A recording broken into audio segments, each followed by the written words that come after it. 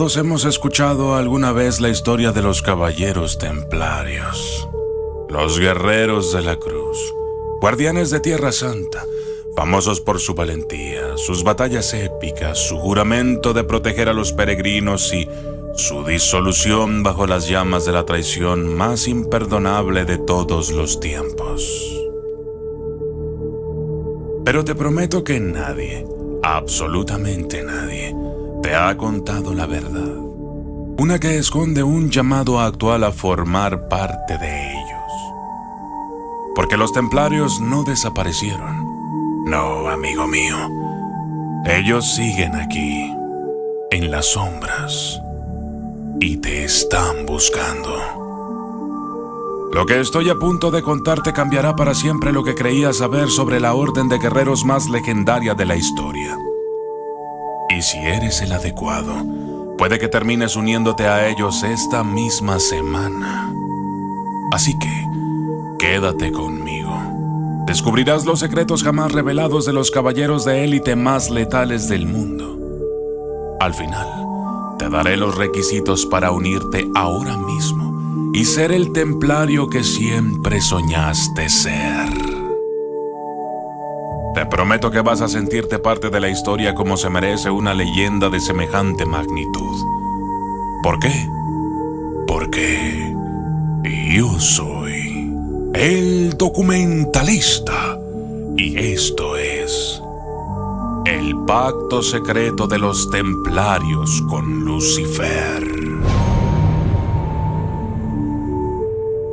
Les hablaré de un extraordinario manuscrito del año 1330 al que pude acceder y que cuenta la historia completa de la caída de la orden. El documento, firmado por un soldado mameluco políglota que oficiaba de traductor lenguaraz, llamado Is al-Din al-Sirkasi, describe con gran admiración a los caballeros templarios. Pero lo más importante es que no solo confirma que fueron víctimas de la traición más aberrante, sino que además sostiene que fue tan desgarradora que atrajo al mismísimo Lucifer. Lo primero que debemos comprender es que los templarios son los mejores guerreros que jamás han existido, un podio que comparten con los samuráis y su código de honor y los espartanos, junto con su brutalidad. Pero si a ti te gustan más los samuráis o los espartanos, eso me lo dejas en los comentarios. Dime por qué. En fin, entiendan que, a mi parecer, hay una gran diferencia que hace únicos a los templarios. No solo eran maestros de la guerra, también eran nobles y ricos. Así que podían darse todos esos gustos caros, como caballos más rápidos y armas mejor desarrolladas. Eran casi intocables, y cuando digo ricos, me refiero a obscenamente millonarios. Piensen en Bruce Wayne, el mismísimo Batman o en Tony Stark, Iron Man. ¿Por qué? Porque entenderás la magnitud de sus fortunas y también de su misión. Es que los miembros de la Orden de los Pobres Compañeros de Cristo del Templo de Salomón, mejor conocidos como Caballeros Templarios, si algo no tenían, era eso de pobres compañeros. De hecho, ellos mismos le habían prestado grandes fortunas al maldito rey de Francia, Felipe IV. Y esa fue la ruina de la orden, porque para no pagar esa deuda, el rey los traicionó y los quemaron en la hoguera. En fin, esa es una historia que ya hemos contado en este canal. Sin embargo, hay algo que aún no les he contado. A principios de los años 1300 y junto con los caballeros templarios, podemos ver que tienen castillos por toda Europa. Al igual que Batman y que Iron Man en las historietas, los caballeros de la Orden invierten mucho de su dinero en construir los juguetes más caros de la época para combatir a sus enemigos. Su armamento es tan avanzado que parece sacado de una leyenda. Espadas más ligeras y afiladas, escudos que resisten cualquier golpe y armaduras descomunales. Escuchemos lo que relata en el manuscrito Is al-Din. Dice: Mi sultán me envía a tierras enemigas para negociar la paz. Debo ir a ver a Jacques de Molay, el líder de los templarios, ese que llaman Gran Maestre, ese cuyo poder es legendario y que ha matado a 1000 de los nuestros con espada. Me conducen hasta una fortificación en Chipre. No puedo evitar estar nervioso y entusiasmado. Los idiomas me son sencillos, pero en secreto siempre quise ser un simple soldado más y poder demostrar mi valor en batalla. Sin embargo, caí del camello y una pierna mala me impidió luchar. Así que hoy, por fin, aunque no sea en batalla, voy a ver de cerca estos magníficos templarios que despiertan tanto temor en nuestros pueblos. En otra parte del manuscrito, Izz al-Din dice: al fin he visto a Jacques de Molay. Ese hombre es una mezcla de nobleza y poder sagrado.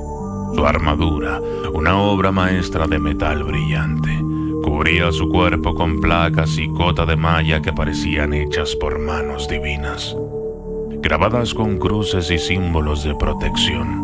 Sobre ella, una túnica blanca impecable con la cruz roja de su orden. Es tan radiante el blanco y tan increíble la forma en que esta túnica ondea como una bandera de fe mientras cabalga, que parece un dios al que nadie puede dañar. Se acobardan los corazones de sus enemigos con solo verlo. Su espada, forjada con precisión letal, no era solo un arma para él, sino un símbolo de justicia, mientras que su escudo, con la cruz templaria, se alzaba como un muro impenetrable contra cualquier enemigo. Pero lo más importante era su caballo de guerra, un corcel inmenso y majestuoso, cubierto con una armadura ligera y decorado con los colores de la orden. Se movía con la gracia de un ciervo y la fuerza de un elefante. Cada detalle de su equipamiento, desde las espuelas hasta las dagas ocultas, hablaban de disciplina, devoción y riqueza inimaginable para fabricar esos finos armamentos dignos de reyes. Por fin comprendo, cuando lo observo, por qué 60.000 de los nuestros fueron necesarios para vencer a un puñado de estos caballeros en la toma de Acre. El documento revela que el gran maestre Jacques de Molay debió marcharse al templo de París, la sede principal de los caballeros.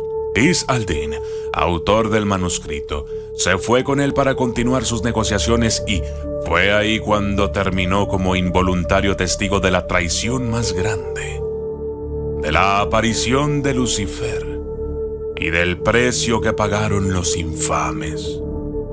Esto fue lo que escribió.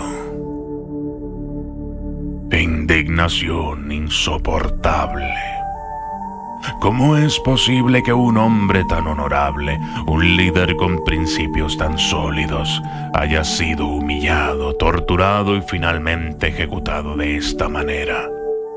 El rey Felipe IV, ese monarca impío, arrastró a Jacques de Molay, el último gran maestre de los templarios, a la miseria y la muerte. Y todo por avaricia. Convirtieron al noble en cordero de un rey corrupto y desesperado. Todo su pueblo lo decía. La economía francesa estaba al borde del colapso y el rey Felipe IV había pedido préstamos exorbitantes a los templarios, préstamos que no podía devolver. En lugar de aceptar su propia incompetencia, él, con su inmensa codicia, decidió culpar a los templarios de todo lo que va mal, fabricando un sinfín de mentiras sobre sacrilegios, herejía e incluso idolatría hacia Baphomet y Lucifer. El rey era un hombre horrible, en verdad, que mintió para destruir la orden y robar todo lo que los templarios habían acumulado durante años. El Papa Clemente V, un títere sin alma, se plegó ante la voluntad del rey y ordenó la detención de Jacques de Molay, junto con los demás caballeros. Bajo tortura, el gran maestre fue forzado a falsificar su confesión, admitiendo crímenes que jamás cometió. ¡Qué humillación! Aquí hago un paréntesis para preguntarles. Déjenmelo ahora en los comentarios. ¿No piensan que este maldito rey Felipe IV de Francia es 100 veces peor que Judas? Los leo. Lo siguiente que decía el documento de Is al-Din. Fue entonces cuando me llevaron a su celda para que escribiera su última voluntad antes de que fuera quemado en la hoguera. Jacques de Molay tenía el cuerpo destrozado por la silla de hierro y los azotes, pero peor estaba su ánimo y su fe. Renegaba contra Dios por haberlo abandonado. Entonces, justo en ese momento, lo vimos. A ese caballero vestido de negro, de impecable sombrero de ala ancha, que salió de las sombras de esa inmunda prisión sin mancha alguna en la fina capa negra. Su barba tupida y en punta le daba una expresión de poder. Avanzó sin prestarme atención. Fue directo al templario. Tenía la mirada clara. Se paró frente a él y sus ojos se encendieron en rojo. Yo caí de rodillas, pero Jacques no se acobardó. Entonces el extraño le dijo: ¿Sabes quién soy? Di mi nombre. El templario respondió: Tú eres Lucifer, le serpent, le diable et moni ennemi. El de negro le aclaró: No soy tu enemigo. Yo nunca lo fui. No soy mameluco, ni otomano, ni rey, ni papa de la iglesia. De hecho, vine hasta aquí porque estás sufriendo una terrible injusticia y dicen que soy yo el padre de la mentira. Pero créeme cuando te hablo, odio la mentira más que a nada en este mundo si nace en boca de hombres cobardes. Jacques de Molay le reprochó: Vete, ningún asunto tengo contigo. Si vas a matarme, hazlo de una vez y ahórrame tus conversaciones, que bastantes idioteces tuve que soportar este tiempo. Lucifer caminó de un lado al otro de la prisión. Sus espuelas de plata brillaban y sonaban como cascabeles del más allá. Impaciente le dijo: ¿Por qué me ofendes de esta manera tan vulgar? ¿Acaso te he hecho yo mal alguno? Y no te molestes en responder, porque bien sé que no lo he hecho. Perdón, voy a retractarme. Sí te hice un mal, y uno muy grande. Nunca te ofrecí mi amistad antes. Créeme, si tú hubieras llevado mi símbolo en tu túnica y en tu escudo, y no esa cruz, caminarías sobre el mundo en llamas sin que tus pies sintieran dolor. Y tus enemigos serían los míos y ¿quién contra mí? Sí. ¿Quién contra mí en este mundo? Si ese al que llamas Padre del Cielo aparece poco por acá. Nos ha abandonado hace mucho. Ahora, mi propuesta. Defiende mis intereses en la tierra y te daré el poder para sobrevivir a la hoguera. El templario le gritó: No, eso sería huir como un cobarde. Lucifer se enojó al oír esa palabra y el piso tembló ligeramente, pero se contuvo y con voz firme le dijo: No es de cobarde, es un intercambio. Verás, voy a mejorar mi oferta. Tú sobrevives y el rey y el papa se mueren cuando tú lo ordenes. Podrás rehacer la orden de los templarios, pero a partir de ahora servirán para mí, para hacerte aún más sencilla la decisión. Te prometo que, a diferencia de tu Dios, yo jamás abandono a los míos ni los dejo morir. A cambio, tú y la nueva orden de templarios que crearás me serán fieles. Nada humano podrá matarlos. Luego de eso, cuando haya servido unos 600 u 800 años, te conseguiré el perdón de la iglesia. Ahí podrás decidir si vuelves a ellos o sigues conmigo. Te doy mi palabra. En el manuscrito, Isaldín continuaba diciendo lo siguiente. Vi en esa celda cómo sellaron el pacto. Molay no perdió su honor. No piensen que fue por miedo a la muerte, pero la tentación era grande para un cuerpo destrozado. La venganza, dulce para un alma torturada por la traición. Sonriendo, fue ante el público el día de la ejecución y se retractó de la confesión que había hecho bajo tormentos, así como de las acusaciones que le habían impuesto. Proclamó que él y la orden eran inocentes.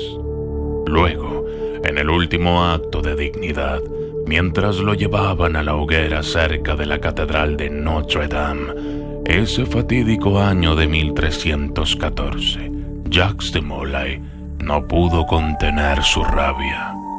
Mientras el fuego lo consumía, no sufría, solo reía. Les juro que reía mientras maldecía a sus traidores con una sentencia que resonará a través de los siglos, acusando a los verdaderos infames, Clemente V y Felipe IV. Ahí mismo eligió para ellos la fecha de su muerte, justo como Lucifer le había propuesto. Mirándolos a la cara, les gritó: Él sabe quién se equivoca y ha pecado, y la desgracia se abatirá pronto sobre aquellos que nos han condenado sin razón. Él vengará nuestra muerte. Señor, sabed que, en verdad, todos aquellos que no son contrarios por nosotros van a sufrir. Clemente, y tú también, Felipe, traidores a la palabra dada. Os emplazo a los dos ante el tribunal de Dios. A ti, Clemente, antes de 40 días. Y a ti, Felipe, dentro de este año. Y la maldición se cumplió rápidamente.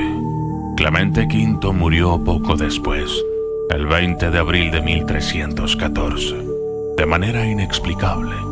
Apenas meses más tarde, Felipe IV sufrió un accidente fatal durante una partida de caza. Años después, volviendo a mi patria por caminos angostos y noches sin luna, me topé con Jacques de Molay, tan vivo como lo había prometido Lucifer. La distancia me sonrió. Se puso su brillante casco y esos caballos de los nuevos templarios corrieron por las arenas hasta perderse de vista.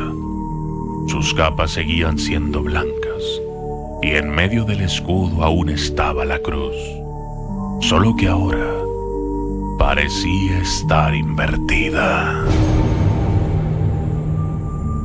Como el documentalista, quiero agregar que, de forma increíble, este documento predice lo que efectivamente pasó, pues los templarios estuvieron condenados por la iglesia durante unos 700 años hasta que, el 25 de octubre del 2007, el Archivo Vaticano publicó el Procesus contra Templarios, que incluye el pergamino de Chinon, un documento que exculpa a la Orden del Templo de las acusaciones realizadas en su contra. En 2001, una investigadora llamada Barbara Freya encontró las pruebas extraviadas en el Archivo Secreto Vaticano. Este pergamino revela que, inicialmente, el Papa Clemente V no deseaba condenar a los templarios, pero cedió ante las presiones de Felipe IV, rey de Francia. El pergamino desmiente las acusaciones de herejía, mostrando que fueron fabricadas por Felipe IV para su beneficio. Sin embargo, la postura oficial de la Iglesia siguió siendo la disolución de la orden formalizada por las bulas papales de 1312. No obstante, como les dije al principio, los caballeros templarios siguen existiendo. La pregunta es, ¿a quién sirven ahora? ¿Y qué hacen? ¿Volvieron con la Iglesia o se quedaron con Lucifer? He conseguido que se contacten conmigo y me envíen los requisitos para ingresar a la orden este 2025. Ya no debe ser rico, porque los millonarios que hoy aportan dinero no quieren luchar sus propias batallas. Así es que financian la orden para que la gente como tú o como yo reciba un buen salario para ser caballero templario. Aquí les dejo la lista con los requisitos. Cada quien saque sus propias conclusiones. Número 1. Compromiso con un código de honor. Los aspirantes deben adherirse a un código de ética riguroso que promueva los valores de la orden y la lealtad tanto en la vida personal como profesional.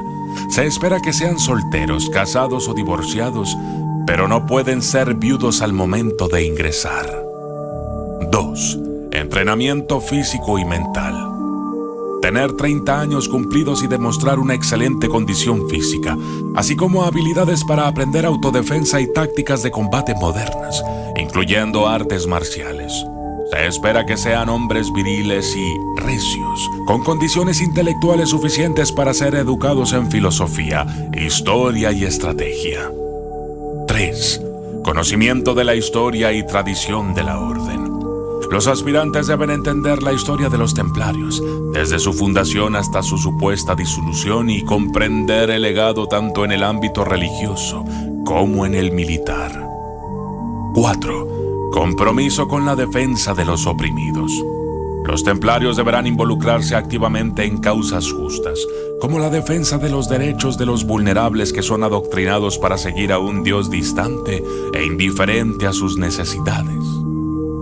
5. Lealtad a la hermandad. Los aspirantes deben demostrar un profundo sentido de camaradería y lealtad hacia los demás miembros, anteponiendo el bienestar común al interés individual. También deberán renunciar a la propia trascendencia, a volver a encontrarse con sus seres amados en el paraíso y a abrazar la inmortalidad en cuerpo y espíritu para la gloria de nuestra orden. 6. Evaluación de las creencias espirituales. No se requiere una afiliación religiosa específica. La fe no es un requisito, porque nuestro verdadero Padre siempre está con nosotros y podemos verlo. El correo culmina diciendo: si te interesa formar parte de nuestra orden de caballeros templarios y viajar protegiendo los recursos y a los líderes mundiales que trabajan para el verdadero Señor del mundo, el siempre perfecto y brillante Lucifer, renuncia a tu bautismo cristiano y a los sacramentos recibidos. Nosotros te contactaremos de inmediato. Brindamos equipamiento, armamento y capacitación constante en nuestros templos y castillos. El salario inicial ofrecido es de $4,500 mensuales, a pagar en mano en forma de 30 monedas de plata. No lo sé. ¿Qué opinan ustedes? Pensándolo bien, creo que mejor me uniré a la Orden de los Ocultos. ¿Y tú? ¿Qué piensas al respecto? Te leo en los comentarios y prometo que voy a responderte.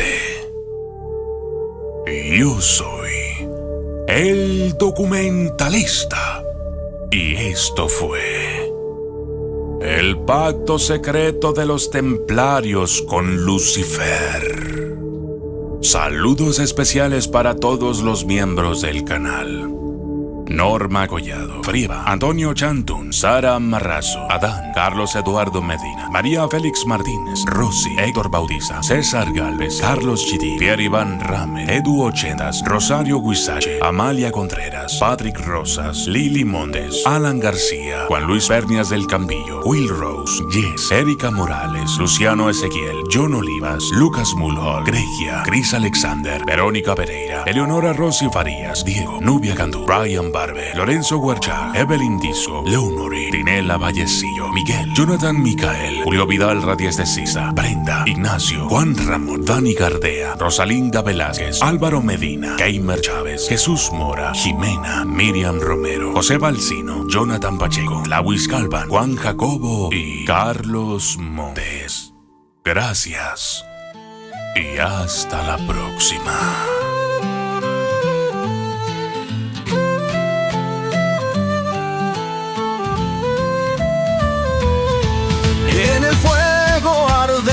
gran maestre, Jacques de Molay, nombre que estremece. Espadas y traición, su destino esculpido en la hoguera, el secreto jamás perdido.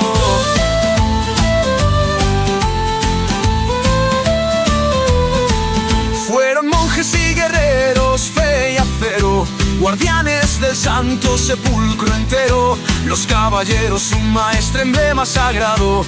El documentalista estudia su legado. Honor y sangre, cruz escarlata, el eco templario jamás se desata. La envidia real los quiso borrar, pero su historia vuelve a despertar. En la sombra viven, nunca morirán. Los templarios guardan su verdad. Llama eterna, fuego inmortal. Grito de justicia, eco sin final.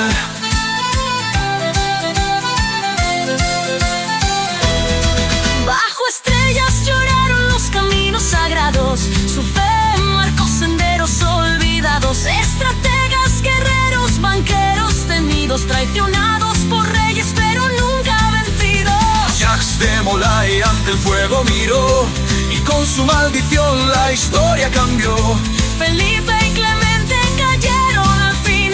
Las llamas susurran lo que no tiene fin. El final no es olvido. La verdad no arde. Somos el grito de los caídos. En la sombra viven, nunca morirán. Los templarios guardan su verdad. Llama eterna, fuego inmortal. Grito de justicia, eco sin final.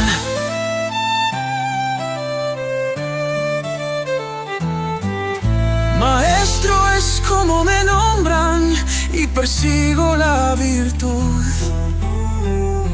Camino entre las sombras para servir a la luz.